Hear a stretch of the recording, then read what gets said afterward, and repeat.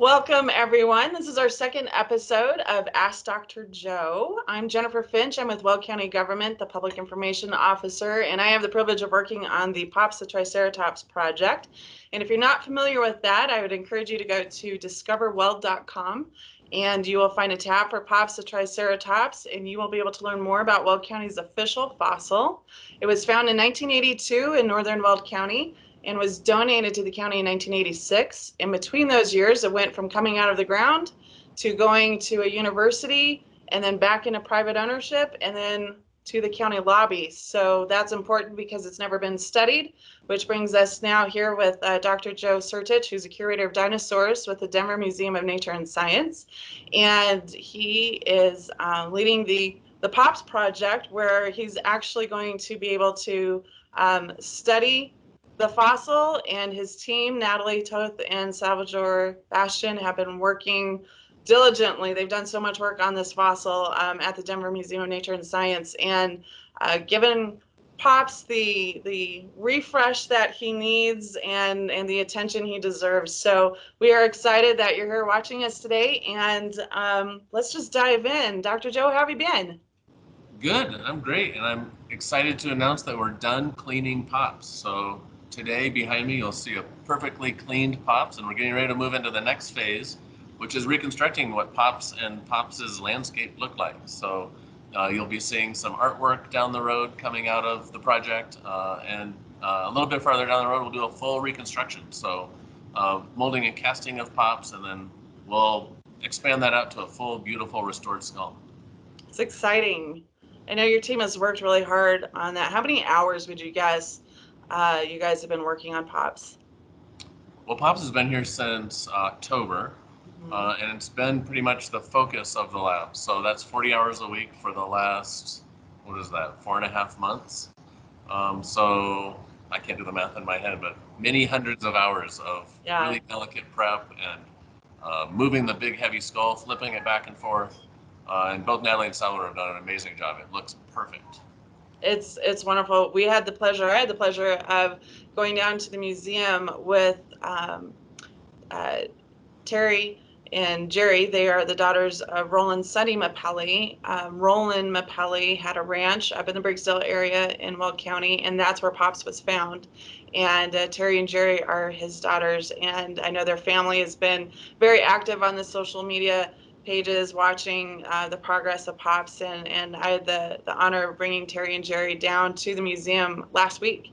And that was the first time that they got to see Pops in the lab window, and it was very exciting. They were very thrilled to see it, and after some much dramatic, crazy hand waving in the windows, we were able to get Salvador's attention. He is. And hey, Salvador.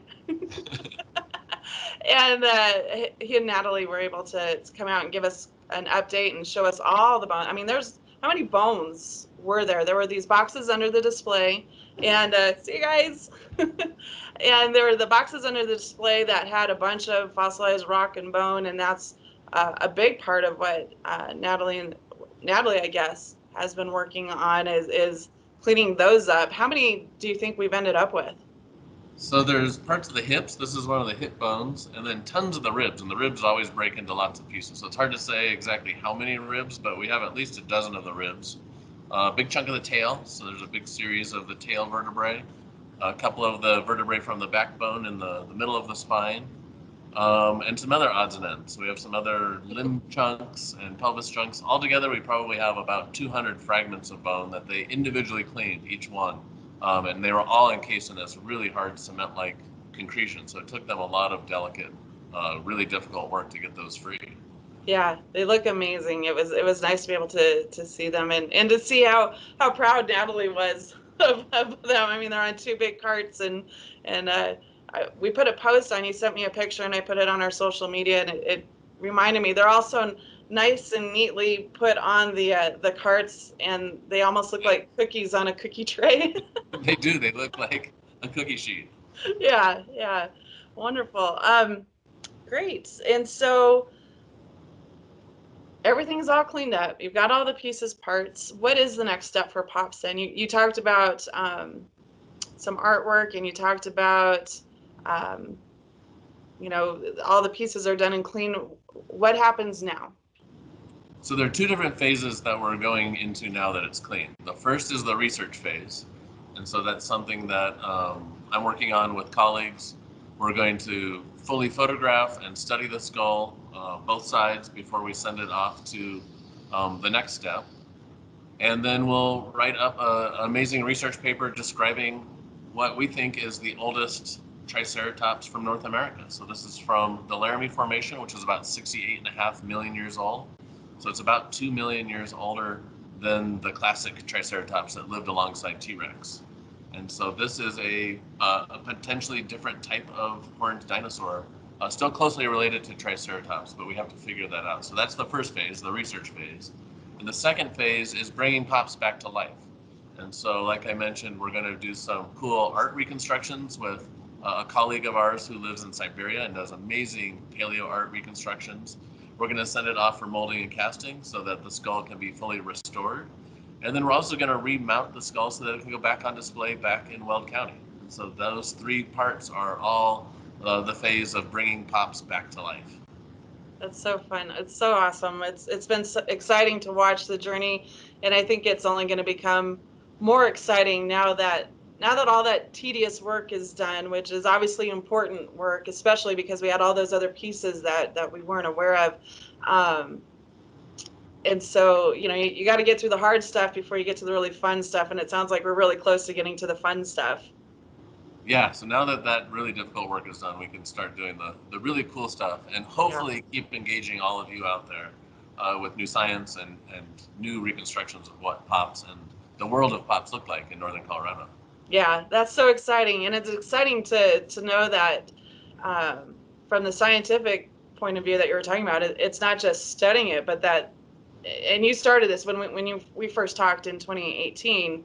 You know, it's one thing to say that's a cool fossil, you know, I'd like to study it, but you thought that it was not exactly what it was portrayed to be. And when I say that, I mean when it was found and the resolution of the donation from the Mapelli family to the county, and then numerous newspaper articles from 1983 to 1986 that referred to Pops as just a Triceratops.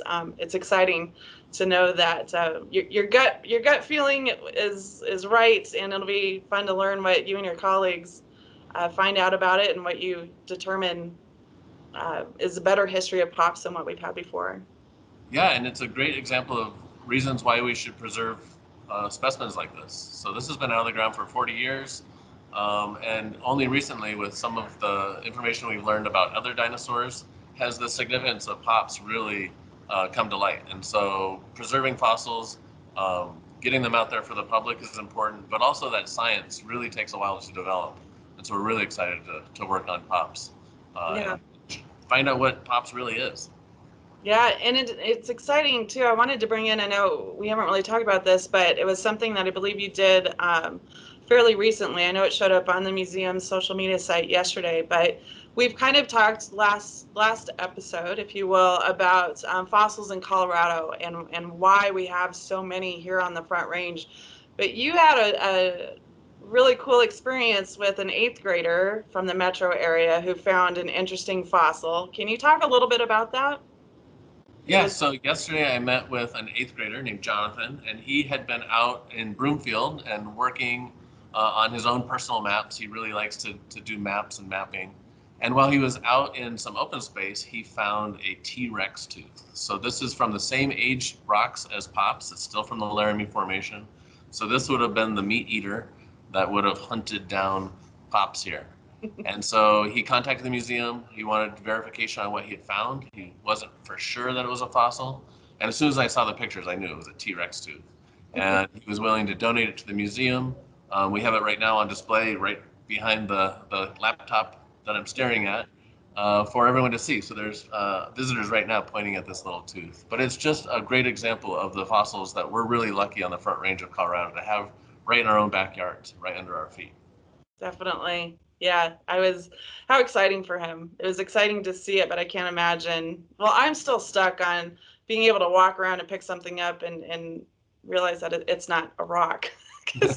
rocks. So anyway, or smarter people than me that can go out and find those things. So that's exciting for him. It was fun to watch that on the on your social media there for the museum. All right. Well, we do have a few questions from some various from Facebook and from email and some various platforms that we have for POPs. So why don't we dive into those real quick? You ready? Yeah. Okay.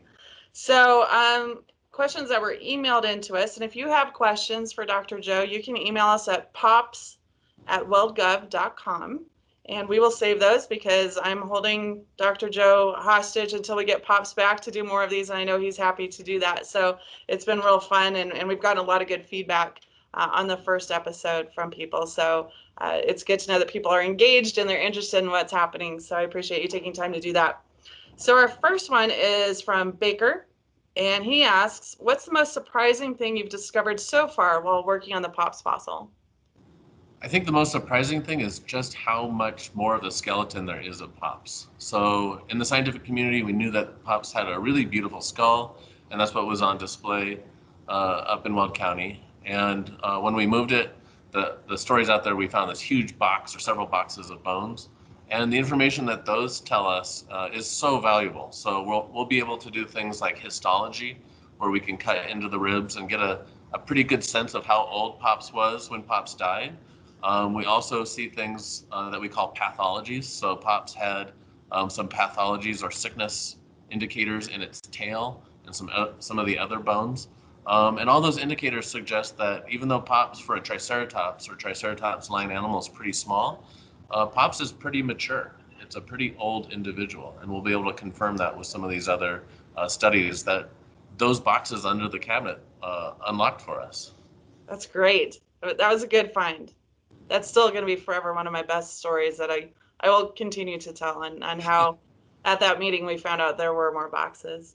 That's interesting though that you can tell all that stuff from these fossils. And I know there was something very similar. Right now you still have Sue the T-Rex at the museum, and she's there until April 20th-ish, I believe.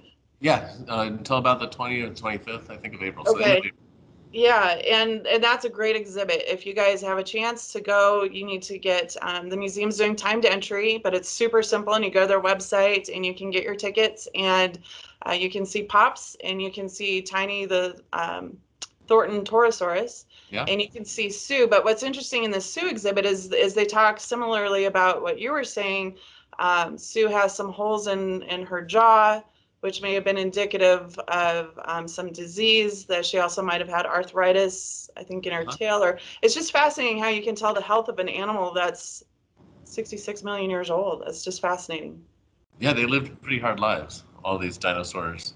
They grew up fast, and then they just really bunked into each other and broke bones, and they got disease, and all the things that afflict humans were part of a dinosaur's daily life as well. Yeah, so interesting. Okay, our next question is from Bailey. And Bailey asks, what are the challenges in restoring fossils? Well, with any fossil, you hardly ever get a complete specimen. So with Pops, we're dealing with about 70% of the skull and probably about, I would estimate, 15 to 20% of the rest of the skeleton. And so one of the big challenges is restoring those missing parts. And that's one of the challenges we'll face with Pops when we reconstruct the middle of the frill, so that shield bone. On some horned dinosaurs that are close relatives of Pops, there is what's called a fenestra. It's an opening. It's a window through that hard, bony frill. And on Triceratops, that opening is gone. So it's one of the few horned dinosaurs that does not have a fenestra or opening in the frill. And we don't quite have enough of Pops's middle part of the frill, it's called the parietal, to know whether or not there was a fenestra. And so we're going to have to make some tough decisions on how to reconstruct these missing bones. And that's always a problem in paleontology. And we can use other close relatives to help us make those decisions. We can look for other little clues in the bones to help us make those decisions. But at the end of the day, sometimes we just have to guess. And for Pops, if we decide that Pops is most closely related to Triceratops, we might reconstruct that as solid like we see in a Triceratops. You know, that's something that you can really see in the Thornton Torosaurus. right? He has those large openings in his frill. Yeah, and they wouldn't have been openings in life. They would have still been covered with skin and soft tissue, kind of a big membrane like a trampoline across that opening. And so you wouldn't have really been able to tell that they had those openings. But for us paleontologists, when all we have are bones, they're really Yeah, important for telling different species apart. yeah, definitely. Great. We've got one more question that came in from email, and it is from Phoebe. And she asks, what advice would you give to someone interested in paleontology as a career? So if you're interested in paleontology, it's an amazing career. There are lots of different paths you can take. You can aim to be a university professor or museum curator like me and do lots of research. You can aim to be a fossil preparator like Natalie and Salvador, and spend your time going out and collecting fossils and cleaning them back here in the lab and working with great volunteers. Or you can work behind the scenes in collections and help us identify and organize and catalog and curate these fossils so that they're preserved for all time. And to do each of those, you need a really good science background. So study hard in biology and geology, but also things like math and statistics are really important for paleontologists. And something that doesn't really get talked about enough is writing. So I spend most of my day behind a computer writing things like grants and papers. And so work really hard on becoming a great writer. And if you're a great writer, that'll unlock all the doors you want. I tell my daughter the same thing. I have a background in journalism. She's going to college for journalism, and she's struggling on kind of figuring out where she may land. And I said, it doesn't matter. Learn how to write, and you can do all kinds of things. That's So the key. yeah, I think that's great. And I think too, when you're younger, especially, obviously you see different um, professions and what would be fun to go into, and you don't realize that what you're seeing is probably that much of the actual profession, right? There's a whole lot of other things that go into doing what you do. And so I think it's great to let people know, yeah, we heard from Natalie and Salvador that you got to love being outside, and you guys go to some pretty remote places, and, you got to love digging in the dirt, and all that sounds fantastic. But then you come back in the lab and you got to be okay with hours with a little tiny drill and your fossil and cleaning that, or like you're saying, you got to write the grants and the research and the paper. So it's always good, I think, to know to let kids, because there's also other interests. We talk about this side of it, but then we'll also be talking more about the paleo illustrator that's Yes. going to be part of that project too. So maybe if you're a kiddo who is more inclined to be on the artistic side, but you really love dinosaurs, maybe you don't feel like you're that strong in science or whatnot. There's lots of ways to come into a profession using your strengths. So I think that's exciting too. So I'm happy that he's willing to share some information, and we had one post about his work already, but I'm excited to promote that too, so that kiddos know. Sorry, my light keeps going on and off here. I'm not moving enough. But I think it's exciting to let kids know that maybe you don't feel like you're very strong in the sciences, but that doesn't necessarily mean that you can't go into a related field. So I think that's Absolutely, and everything from sculpting too. So putting these missing parts of the dinosaurs back together require a great deal of art and finesse and paint and all of the things that are also really fun. And you can still work with these dinosaurs and make yeah, a meaningful impact on paleontology. yeah, yeah. Fantastic. We've got two more questions. They're from the same person, and this person is so much smarter than I. I'm just going to read the questions, and I know I butchered this person's name the last time, so you know who you are. You know I have good intentions, but I don't want to try and butcher it again. So here's your answers, or here's the questions. Dr. Joe is going to provide your answers. So the first question had to do was posted on our Facebook page, and it was a post from March 5th. And it was when you had sent pictures of saying, look, there was more frill in the boxes. Yeah. So there's a lot more frill than what was on display in our case in the admin building.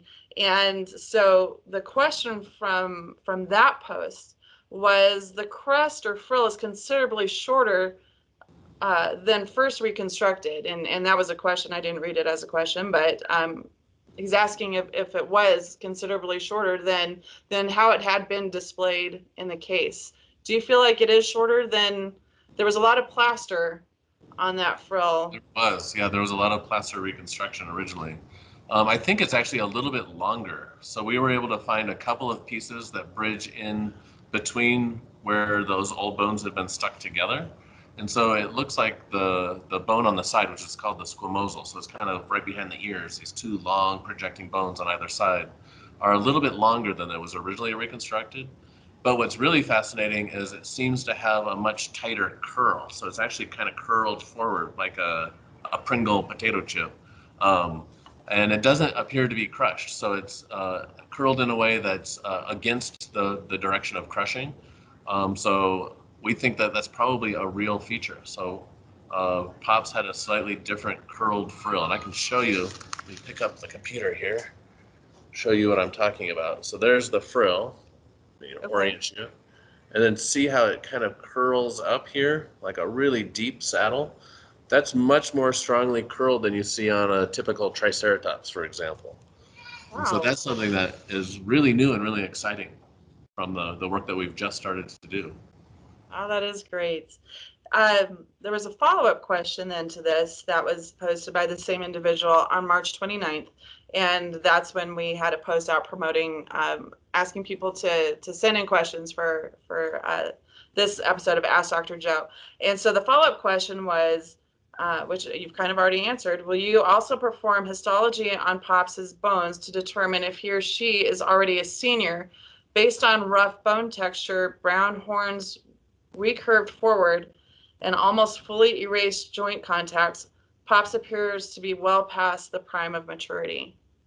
Yeah, and I think that's exactly right. All of those features that you just listed are great indicators of maturity, and taken together, it forms a really strong case that Pops, even though it's a fairly small specimen for horned dinosaur standards, was a pretty old individual. And so it seems to be mature, which is great because what we do in paleontology is we try to base most of our taxonomic designation. So understanding what different species are based on adult specimens. So it's really important to have an adult, and we think we have that with Pops. We think Pops, when Pops died, was a fairly old individual, probably toward the end of its life already. Fascinating. We can always rely on our friends from the High Plains Library District here in Will County for the important questions. And this one we'll end with is, could King Kong really defeat a dinosaur? Ah, great question. Now that King Kong and Godzilla are facing off. Um, there are several features that have been discussed in both sides, on the reptile side versus the ape gorilla side, that makes it a pretty even fight. So things like dinosaurs have big horns and spikes. They also have thick, scaly hides that potentially protected them. But our own relatives, the apes, the primates, have very powerful arms. They can throw, so that's something that a dinosaur couldn't do. So I think it'd be pretty evenly matched, actually. Probably a good answer. Great. Well, I know we've got a lot of exciting things coming up, and we've talked about doing these maybe a little more frequently as we have some more updates. So please stay tuned on our website and social media sites for Pops. You can find them on Facebook, Twitter, Instagram. Just look up Pops the Triceratops, or you can go to Discover World. You can find past videos under the Pops the Triceratops tab. You can also learn more about how we've gotten to this point with Pops. And we've got some exciting news, not only on the artist end and on the research end, but we've got something else brewing that will be really exciting that when we get to the point of being able to announce that, we certainly will, but I think it's a pretty big deal.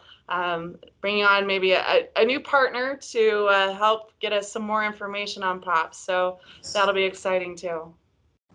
Yes, absolutely. I'm really excited. And I'd love to, once we get into the art phase, I'd love to challenge everybody out there who has artistic skills to try your hand at reconstructing Pops. So we'll give you all the tools you need, and maybe you can help us reconstruct what Pops and the world of Pops look like.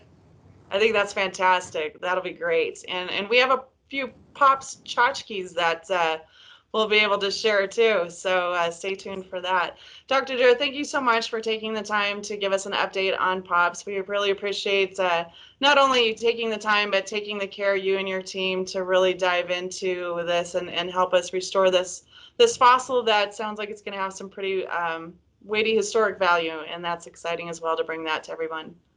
Yeah, we're really excited about POPs, and we can't wait to get back out into the field this summer and maybe visit some of the local stomping grounds of POPs up in northern Colorado and see if there's more of POPs' neighbors and friends. Great. Well, keep us in tune on that, because since that's in our own backyard, I think we probably have some locals that would be particularly interested in that as well. So thank you so much. Thank you, everyone, for tuning in. And please, again, like and follow our pages on Twitter, Facebook, and Instagram. And send in your questions. We just keep compiling them, and we'll keep bugging Dr. Joe, who will be happy to share some information and some answers with us. So appreciate your time, and we will talk soon. Yeah, thank you, everybody, for the great questions. Thanks.